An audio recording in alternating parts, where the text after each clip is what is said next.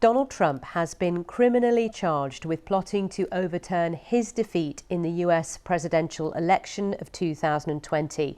The most serious legal threat yet to the former president as he campaigns to return to the White House. He's charged with 4 counts in the 45-page indictment brought by special counsel Jack Smith.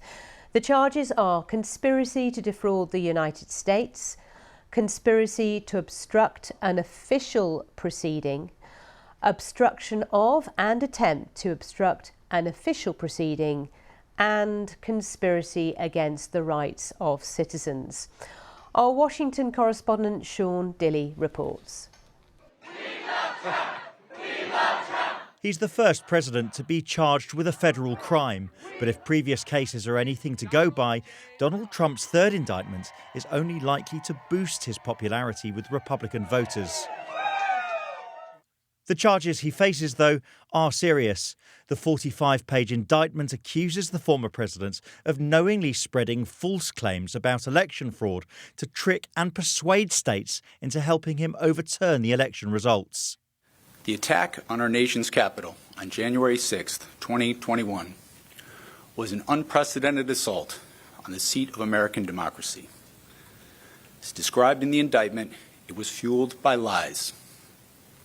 Lies by the defendant targeted at obstructing a bedrock function of the U.S. government, the nation's process of collecting, counting, and certifying the results of the presidential election. Donald Trump responded by posting a campaign statement on his social media network, Truth Social, likening his prosecution to lawless persecution in Nazi Germany. Shortly after charges were announced, he sent a campaign email vowing to continue his campaign for the White House. But Thursday's hearing here in Washington, D.C. is all about the crimes Mr. Trump is accused of committing in the 2 months following the 2020 election. He's already been charged in 2 other unrelated cases. He's due to face trial in New York next March over crimes he's alleged to have committed in relation to payments to a former adult film star. In May, he's set to stand trial in Florida over claims he unlawfully held onto military and other classified documents. For now, it's all a question of time. In other cases, Mr. Trump has tried to delay until after next year's elections. But prosecutors in this case say they want the trial to go ahead as soon as possible. Sean Dilley, BBC News in Washington. And Sean joins us live now from Washington. So, Sean, this, as you say, is the first former president charged with a federal crime. He is due to appear in court on Thursday, so all attention on that now. He is expected to appear in person, isn't he? Yeah, that's the expectation. Sometimes there is an option to appear virtually, but sort of our understanding is not only that there's been some security wrecking involved, but Mr. Trump was known certainly from the New York case to actively be seen in that environment. And as we've seen, as we heard from the report there as well, he's quite known to use these appearances and the situation that he's in for campaigning. And the evidence is from previous cases that he actually sees a boost in his popularity when he does. In terms of this trial, this case, how long is it expected to last for? Now, I would say it's how long's a bit of string, but theoretically the prosecutor, the special prosecutor, Jack Smith, who's prosecuting for the United States, said that he would be seeking what's called a speedy trial.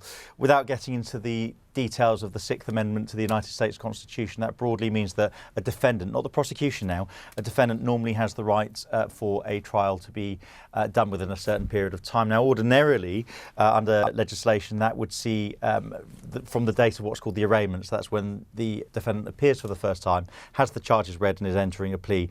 That would normally be 70 days, so theoretically that would be in October. Very theoretical, though, because that's a right that the defendant has, not the prosecution. So they can certainly say we're ready to go to trial.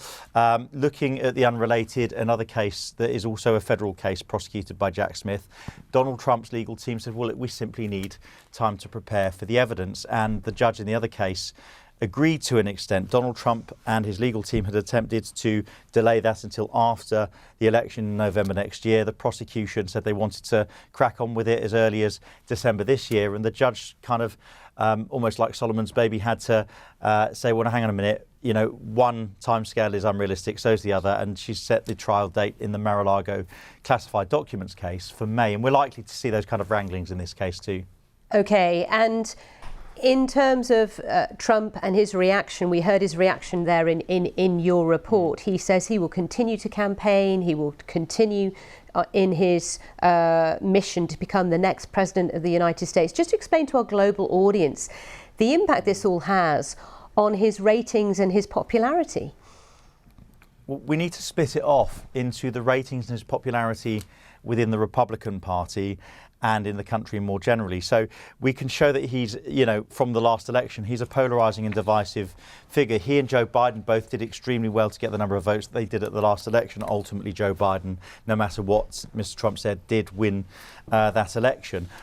At the moment, what happens with both parties, Republican and Democrats, is they nominate somebody to run for the presidency within their party. Now, for the Democrats, that really does look all but certain to be Joe Biden. And the same is true with Republicans and Donald Trump, because despite his legal woes, his nearest rival is a gentleman called Ron DeSantis. He's the Florida governor, and he's kind of 37 points roughly behind Donald Trump at the moment. So it's limbering up, notwithstanding the many legal troubles, to look like it might be a sort of a rerun of the candidates, at least, in Donald Trump and Joe Biden for next year's election. Anything, of course, anything could happen between them. But it seems so far that legal woes haven't dissuaded Mr. Trump from running. And actually, as he's pointed out himself in interviews, even if he were convicted of a crime, he's not been at the moment, innocent until proven guilty, as Jack Smith said, even if he were convicted of a crime and sent to prison, it wouldn't stop him campaigning and even serving as president from behind bars in that scenario. Which is just an extraordinary thought, isn't it? Sean Dilley, thank you so much, our correspondent based in Washington.